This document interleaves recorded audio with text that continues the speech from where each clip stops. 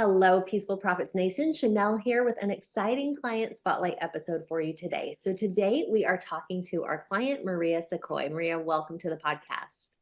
Hi, thank you. Yeah, excited to have you here. If y'all are watching on YouTube, you can see her beautiful background, which speaks volumes about what she does and her work. And we're going to get into that. But I love how much is said already by just the visual here. So I'm going to read Maria's bio. She says, I'm an indie romance author who loves helping other romance writers launch their indie author career. My philosophy is unique in that I define success as equal parts joy and financial success. Instead of helping authors achieve fast wins, I help them achieve wins that build slow but last for decades. Consider how often the promise of a quick win fails, leaving us burnt out, disheartened, and ready to quit. Instead, I promise my writers they won't fail. They'll maintain their passion for writing, never burn out, and keep their author career moving forward. Success is inevitable, progress is measurable, and joy is constant. Okay, I love that bio. I love your philosophy. I read that and I'm like, oh, sign me up. That is what I want. So that's what you hope people are going to feel when they read that. And I think that is definitely achieved. And I also love it because I think so many people can relate to what you said in there. People try to do too much too fast. And we see this all the time. We see it in lose 30 pounds in 30 days, do this overnight, achieve everything you wanted in one day, become a millionaire. It's just this thing in our culture. And so how do you then get people excited about something that is a slow burn, like you've said? There are a couple approaches that I take to it.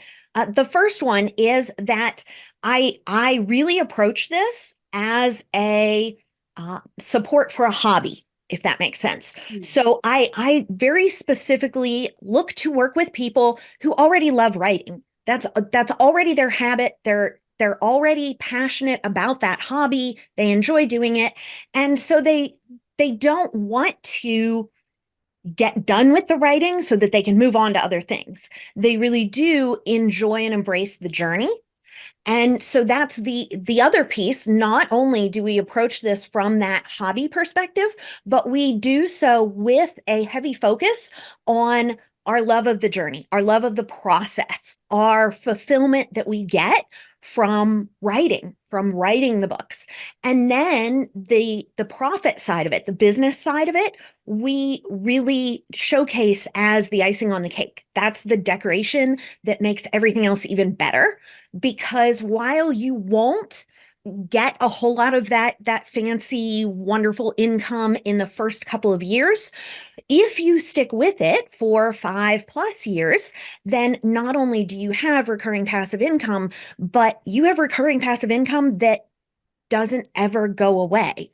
Copyright lasts 70 years beyond your death, so it becomes part of your legacy, part of what you can leave for future generations. And if you're having fun doing what you love along the way, and that just becomes kind of an accidental byproduct, isn't that a happy way to stumble into success? Yeah, I mean, of 100%. Yes.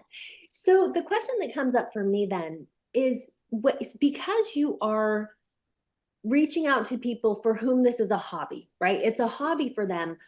That can sometimes be tricky to get someone, if it's a hobby, to pay high ticket. And so I want to talk a little bit about that. How do you tap into something that's a hobby and get people to pull out their credit cards and to feel like, okay, this is a hobby, but it's important enough to me that I want to pay to have what you're offering here? So the key there is recognizing first that we all pay for our hobbies. None of our hobbies are free. I mean, I used to joke that I love to run as exercise because I'm lazy, and running doesn't require anything but putting on shoes and getting out the door. But it means I have to replace those running shoes every 3 months or so. And it means I wear good running shoes. So that's $120 every 3 months. Every hobby comes with a price tag.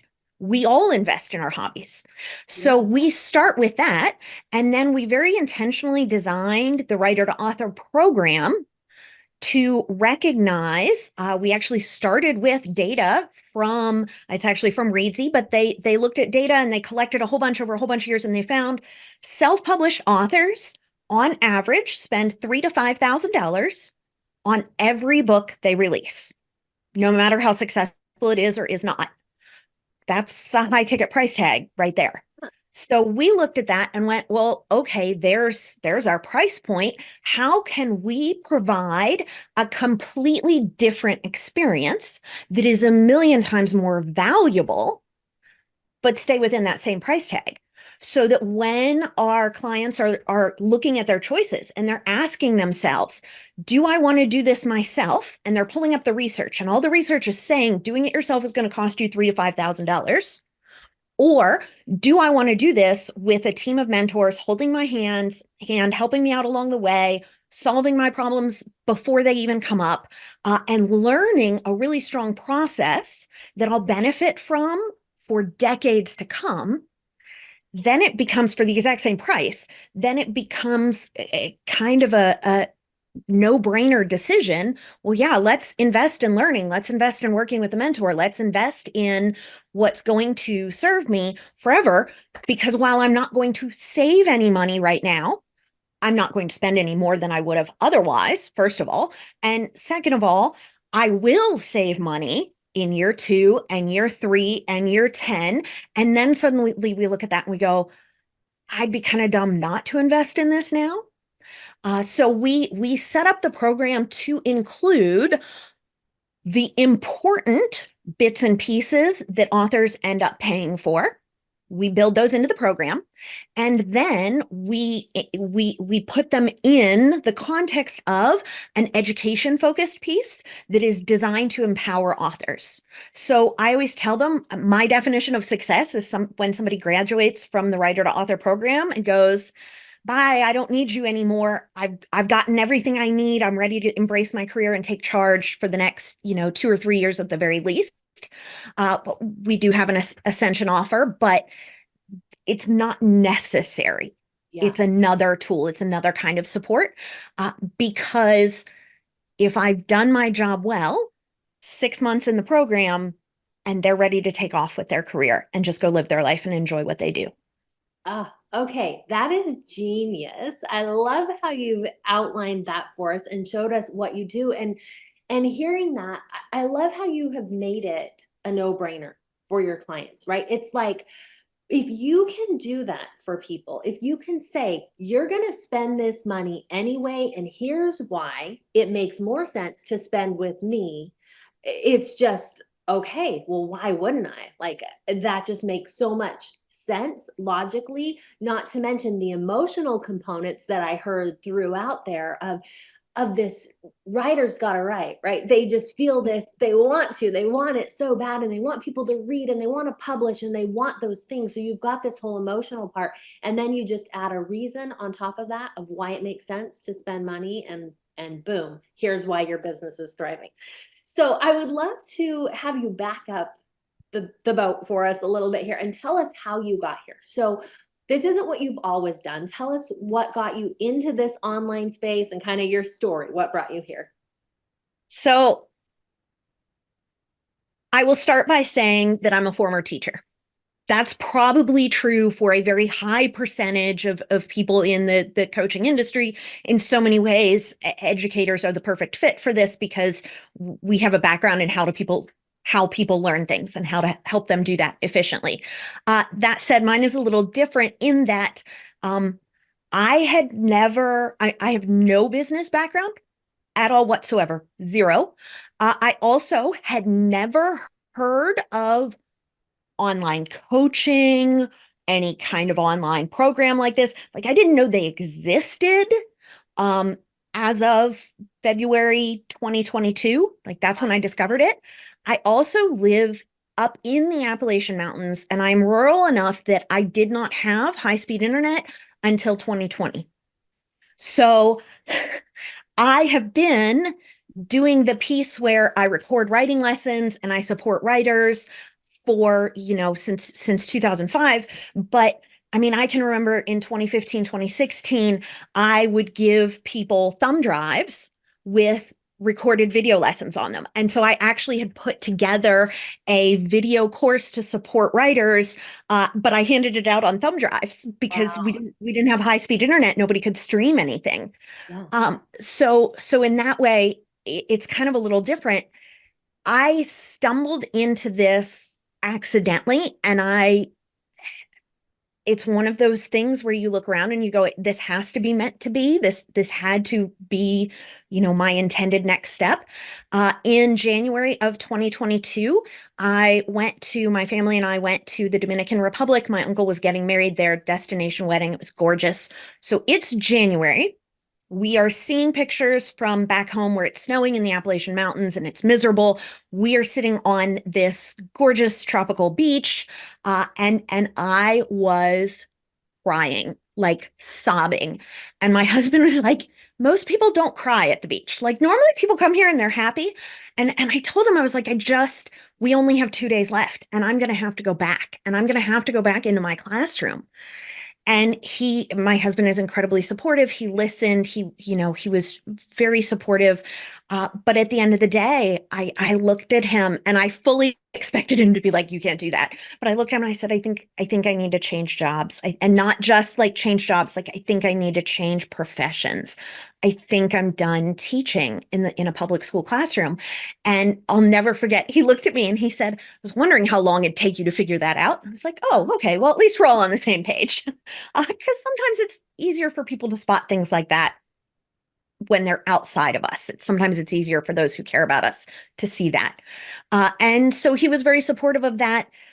I then, we got back home and I started looking at jobs, realized that I could be a manager at Kroger and make as much as I was making as a teacher, and was like, "Oh, so the world is my oyster and I can do anything without taking a pay cut," which made transitioning very easy from a financial perspective. There was very little financial risk, which was good. Yeah. And then I stumbled into a Facebook ad. It was one of those business gurus who's like, make $10,000 this month. And I was like, at this point, I'll try anything. And it was a free, like, challenge, one of their free things. So I signed up for it. I hated it. I was immediately like, this is very used car salesman. Like, this feels skeezy to me. Right. But it was the first time I had ever heard of doing something like this online. I was like, I could take these writing lessons that I've been doing with thumb drives. I could do that online. And so then I kind of went from there, and that very quickly grew into me supporting writers online. How I do that, my specific focus has shifted over time. My messaging has gotten much clearer, but I've never struggled. I mean, I announced what I was doing and had 3 clients within 2 weeks, because writers love to write, and the idea of having somebody support them with that and help them take it to the next level, it's a very in-demand niche. Um, and my background makes it very easy. It was very easy for me to show them I know what I'm doing, and I've got the experience and the expertise to lead them and to guide the way. That's okay. I love hearing your story. I think that's amazing. I just shout out to your husband for being on board and for supporting it. So, we need that sometimes. Sometimes that's hard to jump in without that support. So that's amazing. Well, you said that it came fairly, I mean, 3 clients right away as soon as you open your doors for business, and you had a lot of early success.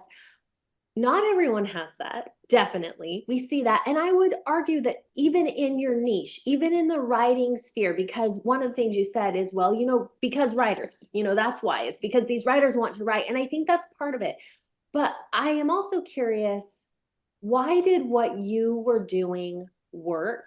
And what was it about either you and the way that you shared, or your messaging and the way that you portrayed what you had? Why did that appeal to people? So I love this question because it's one, like, now that I've been in this space for a couple of years and I see how so many other people approach it, I look back and in hindsight, I can see exactly why it worked for me and why it was so easy for me. And it's because I have no business sense. And I know that sounds counterintuitive, but it means that I never, when I opened my doors, I didn't think of it as opening my doors. When I started my business, I didn't think of it as starting a business. I went, oh, hey, I'm already helping writers in real life. I'd love to have a couple writers I could help online and earn a little extra money to kind of take the pressure off so that, it makes it a little easier to consider leaving teaching. I wasn't planning to leave teaching at that point. I expected at least another year in the classroom. And so I never did the formal messaging and sales, and I just started talking to writers and sharing my experience, and it usually started out as a free conversation. I mean, I just started showing up online and having conversations with people, and when they realized, they would post, hey, I'm struggling with this, and so I'd hop in and comment, and I'd be like, hey, here's 3 suggestions for how you can help with that. And they'd be like, oh my gosh, that's amazing. Thank you so much. And so then we'd get into DM and we'd start chatting there. And I'd be like, if you want more support like that, I only have so much time, but if if you're willing to compensate me for my time, I love working with writers. I have a lot of fun with it. And so we started there. So there was no, like, I had never heard of a funnel. Well, I had, but I thought it was the thing that we use to make sure the oil goes in the right Right. place and doesn't set the engine on fire. Yeah. Um, I also did not know what a sales pipeline was. Like, I had no concept of any of that. So and now it's really funny when I see new entrepreneurs get started and they're worried about doing things the right way and having all of this stuff set up first. And I'm always like, or you could just talk to people and offer them help. And then once they see the value of your help, you could say, hey, I'd love to help you more. Is that something you feel would be appropriate to compensate me for? And go from there. And then it builds very quickly. Yeah. I think this connection is amazing that you have said, like, it's because I didn't know business. Because I'm thinking about a lot of what we're taught is exactly what you just said, right? Okay, go into the Facebook groups and have these conversations and then move it to DM. And then you build it around to, can I help you? And what about you pay me? And here's this thing. But something about, I guess it's motivation. I guess it's the motive. Ultimately, you wanted to help people. And I think sometimes we get so caught up in the, what's the next step? What do I have to do? And it becomes, to use your earlier word, skeezy, right? It's this manipulative, car salesman-esque, like, how do I must do this, this, this. It's not about the other person and how you can help them. It's do this, this, this, and this to get someone rather than to, I want to help someone and naturally I'm going to do these things. So people listening to this podcast are generally in business, want to be better at business. They have kind of a business mindset. How can they incorporate this teaching from you and be less businessy? How can they do it when they know, you know what I'm saying? When they know this. So now that I know this, Yeah. I understand that challenge. And so I really think of it as two very different hats. And I have to explain how literal this analogy is. When I first started teaching, I worked with relatively young students and I worked with them on writing. And so I would need to give one student my undivided attention for a minute or two as I helped them with what I was helping with them with. And I needed the other students to give me the space to give that one my attention. And so the way I would signal that to them is I used to have 2 hats in my classroom. I had a red one and a green one. And I taught my students, I said, if I'm wearing the red hat, I need you to go get a friend to help you solve your problem and or wait until I put the green hat on. And then, so between consultations with writers, I would put on the green hat and help out whoever needed it. But when I was in a consultation with a writer, I would put on my red hat so that nobody else could bother me. Uh, I do that in a less literal sense, but I do that now. If I am working on fulfillment, if whatever I am doing is related to fulfillment and taking care of my clients, I take off the business hat. Mm. I don't consider what did this person pay me? What am I going to earn from this? I will say there is a little bit of a downfall to it. There are times when I realize belatedly, oh, I just gave that client free access to what is normally a $300 course. Oops. But it was what they needed in the moment. And my first thought wasn't, how can I make more money off this person? My first thought was, what does this client need? And how can I meet that need for them? Yeah. And by doing that, I've never regretted any of the times when I've gone, oops, I just gave this away, because my clients are always incredibly appreciative of it. And it never feels transactional because I'm not thinking transactionally. I am approaching it from right now, I'm here to help this client win. What can I help them do? What can I offer them to move that needle and make their success happen? And then separately, I look at the business, I look at my balance sheet, I look at my ROAS, I look at, all of those metrics that as business owners, we have to be aware of if we Right. want to keep a profitable business. And I even go so far as to block my time so that I'm not switching back and forth between the two. So I have times that are fulfillment times, and I chuck my business hat out the window. And I have times that are business times. And that's when, I hate to say it, but the client fulfillment piece kind of comes second to the numbers and the business side of things. Yeah. Oh, thank you. That is even more than I hoped for with that answer. That's so powerful. And I feel like that is something we can really hold on to and keep in mind, that red hat and green hat idea, to get us in the right mindset of where we need to be so that we are coming from a place of love and giving and service versus the business side of things. Now, obviously you started off strong and this business started off strong. You were doing well, and yet you still chose to get more help and you came here as a client with Peaceful Profit. So what brought you here and why did you feel like you needed more help in your business? So I first discovered Peaceful Profits 3 months after I opened my business. Like I wasn't even sure if I was going full time yet. And because of that, like I was not in a position to invest in this kind of support. Uh, but it was also right at that time when I was becoming aware of how much support is out there. Mm. And so I was in sponge mode, if you will, where I was just soaking everything in. I was learning what a funnel was, I was learning what a pipeline was. And as I was picking all of that up, I was also clicking on every Facebook ad and looking at every business guru to try and figure out what I liked and what I didn't like, what I agreed with, what I didn't agree with. At the end of the day, our values inform every decision we make. But that means that one of the first things we need to do anytime we take on a new project is define our values, figure out where we stand on different issues. For writers right now, that a lot of that has to do with AI. For me, starting a business, I needed to define my values, and I was doing that by looking at other business people and going, I don't like that. That feels icky to me. Oh, I really like that. That feels really authentic to me. It aligns with my values and my personality. And so I kind of started putting together this list of who am I as a business owner? What do I want my business to stand for?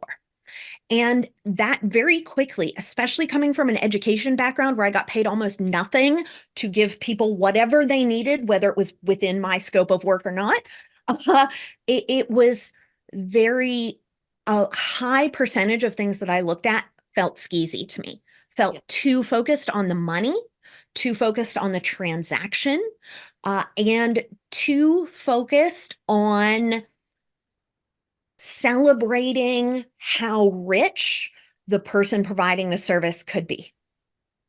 Um, and Peaceful Profits never did that.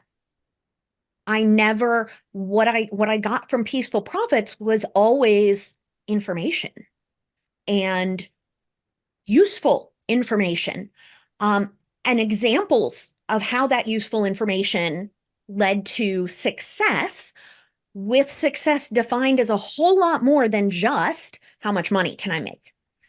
So that felt much better to me.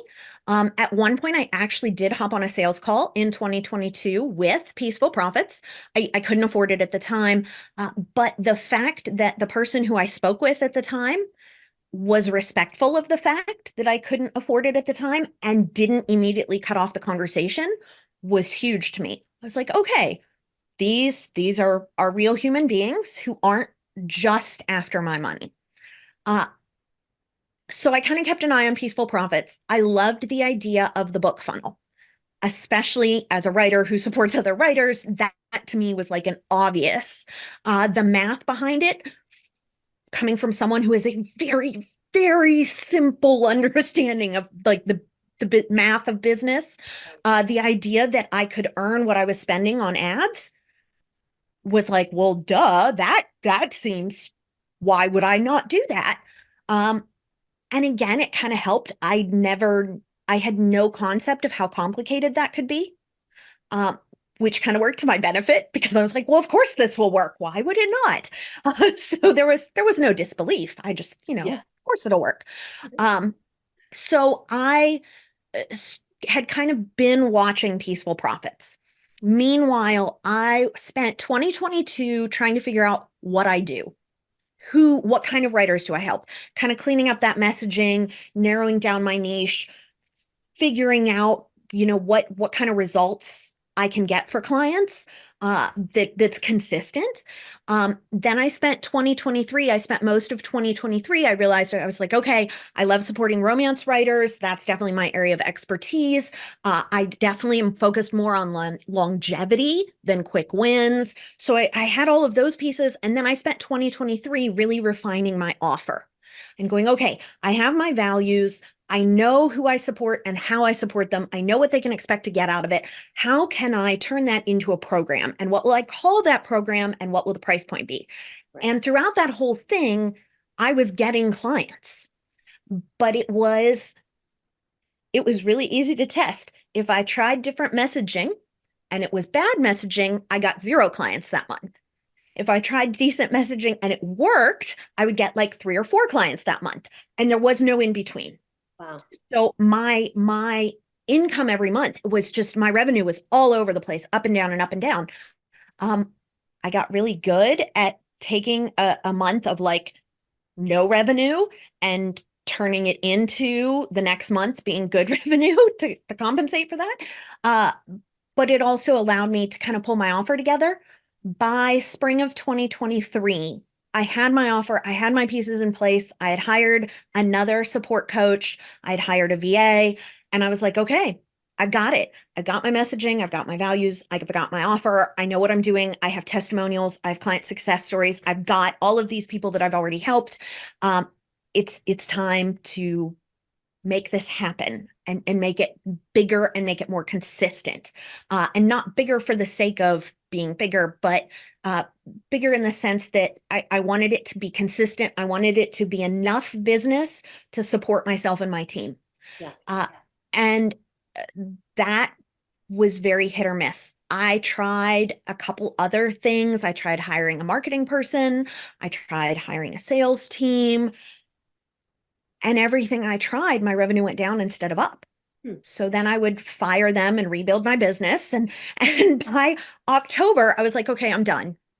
I can't, because it's costing me money to hire someone to train them, to fire them, and then to recover from the financial trauma within my business. And I liked that at that point I'd watched Peaceful Profits long enough that I was confident that you all were real and would do what you said you would do. Uh, so at that point, I was like, okay, I'm done. It's time. I need something that's really going to work. I need something that I'm going to be in full control of and in charge of. So instead of hiring another guru of some sort, I hired a second VA to help with some of the mundane day-to-day stuff so that I would have time to work through the Peaceful Profits program. And I signed up with Peaceful Profits. By the time I reached out and signed up, I already knew. I was like, this is what I'm going to do. I've already hired the VA to backfill some things. I know that I want my book out, and I knew that I wanted it up and running by February because February, my business hits a big lull. Like everything takes a big dip. I'm like, if I can have that funnel up to smooth out my revenue in February, that would be one big win right there. Right. So that I signed up October 16th um, to get started with all of it. Okay. Oh, that's awesome. There's so many cool parts of your story and so many things that I hope listeners were really paying attention to that I picked out of there, like the sales process. And you were speaking specifically about peaceful profits, but something that everyone can emulate, that beautiful sales process of you're a person, you're not a quota that I have to meet at the end of the day. I think that's so powerful. And I love your how for a non-businessy person, how aware of the data you were and how you were able to react and shift to that data. And I think that's been key in your business because often it's easy, something worked before, so I'm just going to stick with it and it's even if it's not working, I'm going to stick my head in the sand and hope for the best. And instead to be really in tune with what needs to happen now, and continuing to grow your business. And I think that's so cool. So I would love for you to, and this is always hard, but I would love for you to brag a little bit. I know you have had a lot of successes with your business, some exciting things happen. Just brag session for a minute. We would love to hear some of your successes. Okay, so tomorrow, I know we're recording this on January 15th. Tomorrow is January 16th. That marks 90 days in the Peaceful Profits program for me. Uh, I have, in the last 90 days, written an entire nonfiction book. It's gone through the Peaceful Profits assessment and gotten feedback 3 times. So it's continued to get better. I have developed my entire low ticket offer, including all of the upsells. I've created any pieces that were missing and put them all together. The ones that I had have been like reformatted to align with the branding and align with the entire thing. Uh, we have built out the entire funnel, written all the sales pages. All of that has been assessed by Peaceful Profits. And in fact, this week I'm submitting it for another assessment after, now that I have some data, because I've also put together all of my Facebook ads, gotten my pixels set up, launched the Facebook ads. I launched the Facebook ads about a month ago. So for the last 30 days, I've been working on tweaking and adjusting things. I am currently at a 0.4 ROAS, which is nowhere near where I want to end up. But for 30 days in, and considering that I have not yet put together the abandoned cart emails, those actually launch tomorrow. Um, so, not having that, I know that alone will massively increase my ROAS. So in 90 days, I've written a book, I've built a funnel, I've put together all of the supports to go with, all the bonuses to go with the book. I've got the email nurture sequence to follow up with all of those bonus videos that we give to people as a thank you for buying. I've gotten the Facebook ads launched and I'm tweaking and optimizing that. I have the abandoned cart email sequence that's about to get started. And as of about an hour and a half ago, I have now signed 2 clients directly through that book funnel. I just signed the second one today. The first one I signed last week, where they picked up the book the first of the year. In both cases, they went through the funnel to buy the book, and then they scheduled a call with me, and they decided that the writer to author program was absolutely for them, which is wonderful, Yeah. because it's bringing that consistency. I mean, I haven't been all the things that I would normally have to go out and do to make that happen. I haven't because I've been busy building the funnel and optimizing the ads, and it's just happening, which is wonderful.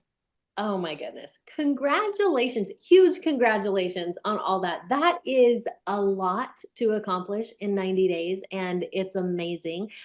You didn't mention, but on a personal note, didn't I hear something about a bestseller that you hit bestseller status on one of your books? So the nonfiction book I wrote with Peaceful Profits actually came out as the number one new release in one of its categories. It's called The Truly Successful Author, and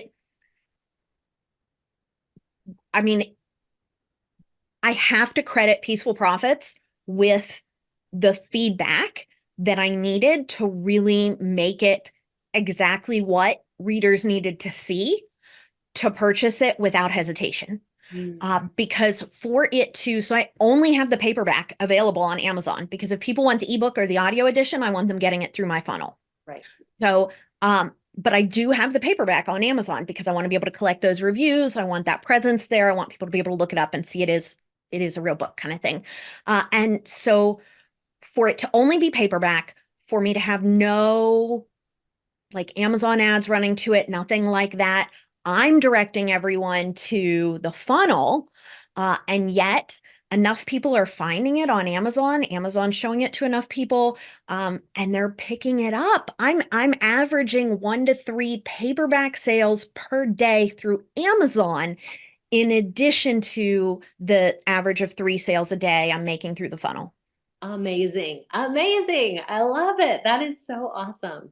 Oh, that's so cool. Well, it is so cool to see all the things that you have done, not only in the last 90 days, but with your business. It's inspiring to hear your success.